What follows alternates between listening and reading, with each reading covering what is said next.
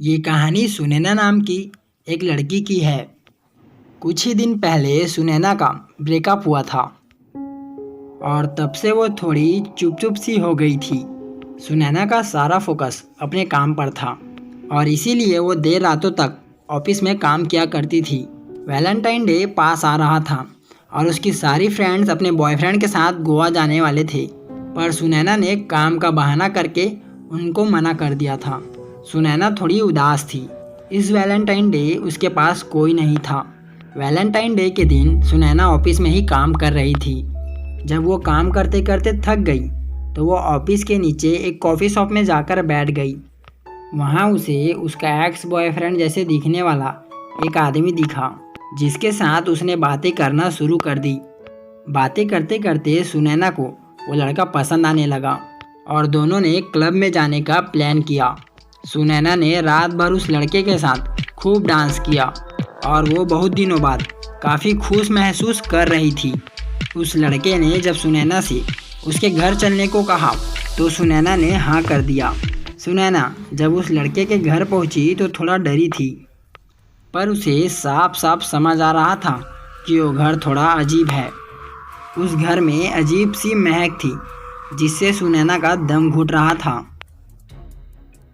फिर भी सुनैना उस लड़के पर भरोसा करके उसके साथ बेडरूम में चले गई। जैसे ही उस लड़के ने सुनैना को गले लगाया, वैसे ही सुनैना को ऐसा लगा कि उस लड़के ने उसके नेक पर बहुत ज़ोर से काटा।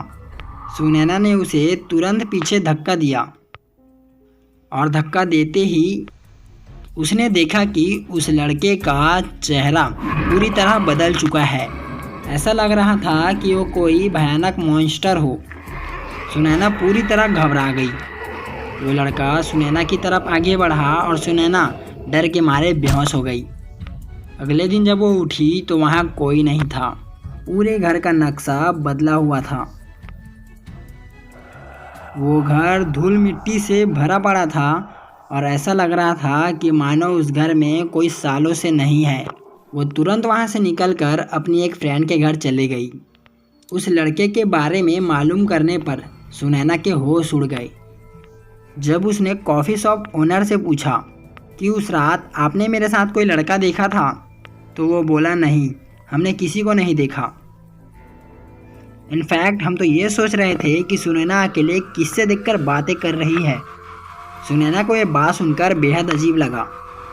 उसके बाद वो उसी क्लब में गई और क्लब मैनेजर से उसी लड़के के बारे में पूछा, तो क्लब मैनेजर ने उसे सीसीटीवी फुटेज दिखाई जिसमें वो उस रात अकेले ही नाच रही है। जब उसने उस लड़के के बारे में और इन्फॉर्मेशन निकाली तो पता चला वो लड़का जो उसे कॉफ़ी शॉप में मिला था कि उसे मरे हुए 2 साल से ज़्यादा हो चुके हैं। इस बात को सोचकर कि वैलेंटाइंस की पूरी रात वो जिस लड़के के साथ थी वो रियलिटी में एग्जिस्ट नहीं करता और वो पूरी तरह सुन्न हो गई थी और उसकी गले की चोट के निशान आज तक उसे उस भयानक एक्सपीरियंस की याद दिलाता है।